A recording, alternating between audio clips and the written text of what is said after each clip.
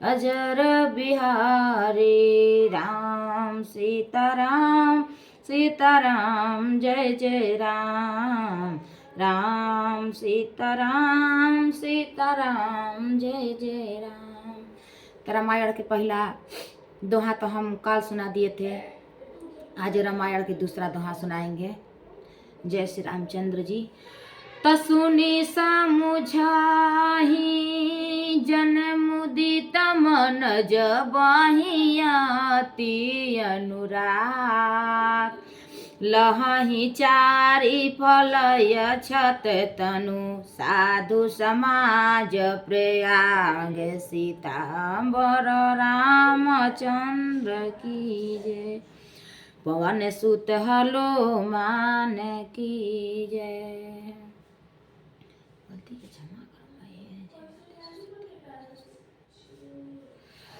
जो मनुष्य इस संत समाज रूपी तीर्थ राज का प्रभाव प्रसन्न मन से सुनते हैं और समझते हैं और फिर अत्यंत प्रेम पूर्वक इसमें गोते लगाते हैं, वे इस शरीर के रहते ही धर्म अर्थ काम मोक्ष चारों फल पा जाते हैं।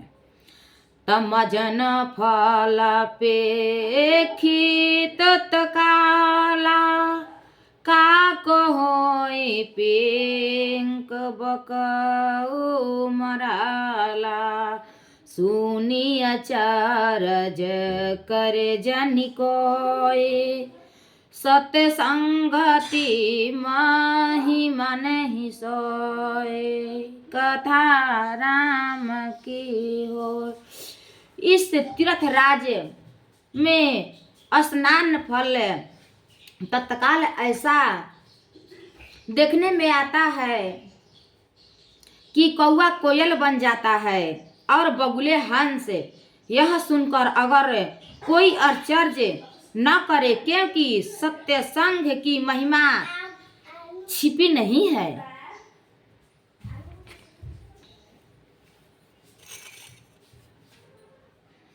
वाल्मीकि नारद घट जोनी निज निज मुखनी कही निज होनी जलचर थलचर नभचर नाना जे जड़ चेतन जीव जहाना मति कीरति गति भूति भलाई जब जेहि जतन जहाँ जेहि पाए जो सो जन बसत संघ प्रभाव लोकहु वेदन यान उपाओ कथा राम की हो।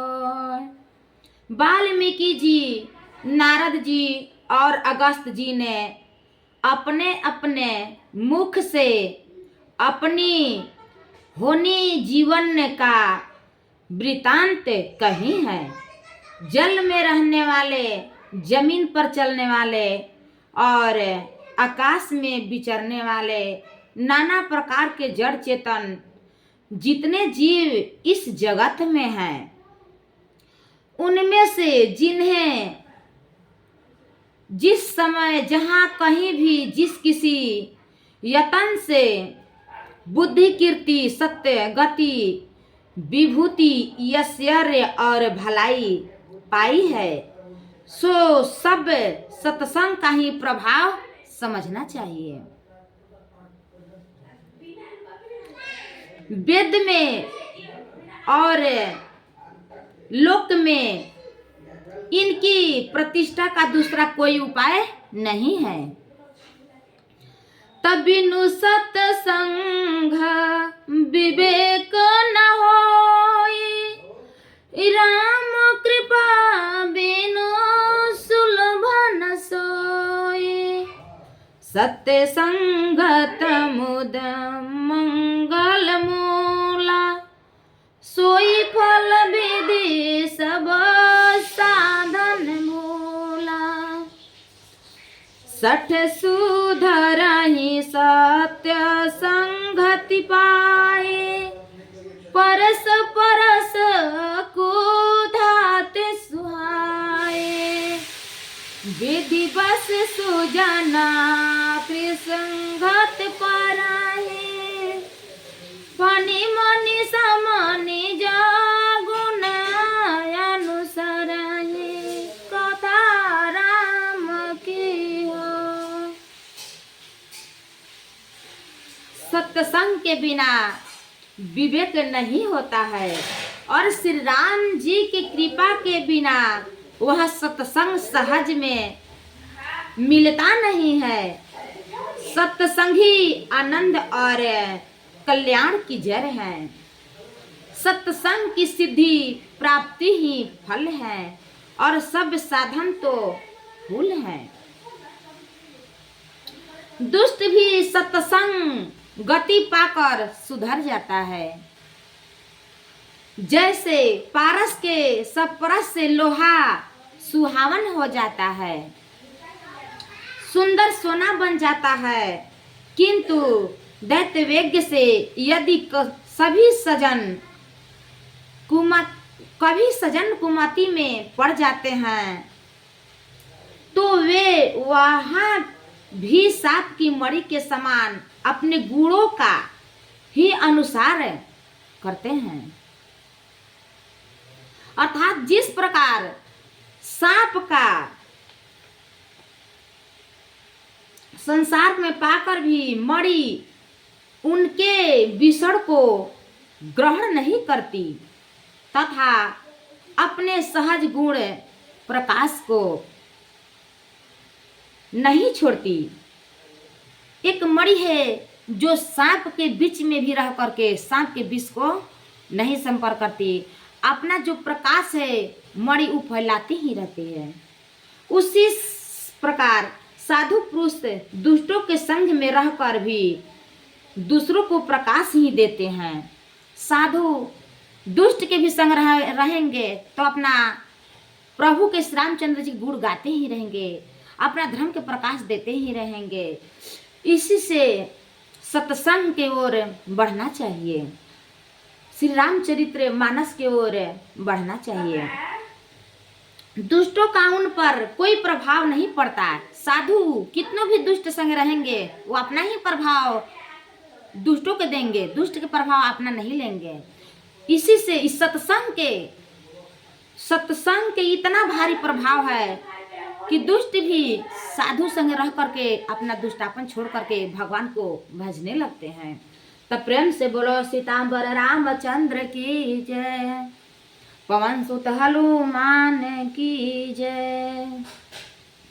विधि हरिहर कवि को विद्वान, कहत साधु महिमा सकुचाने। सोमोसान कही जातन कैसे, साक बनी का मनि गुण गण जय से। राम सीताराम सीताराम जय जय राम, राम सीताराम सीताराम जय जय राम।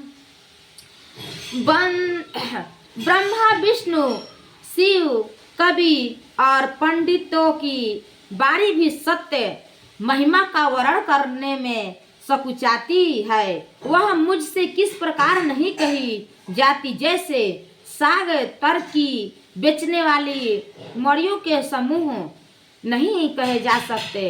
तो प्रेम से बोलो सीतांबर रामचंद्र की जय, पवन सुत हनुमान की जय। राम सीताराम सीताराम जय जय राम, राम सीताराम सीताराम जय जय राम।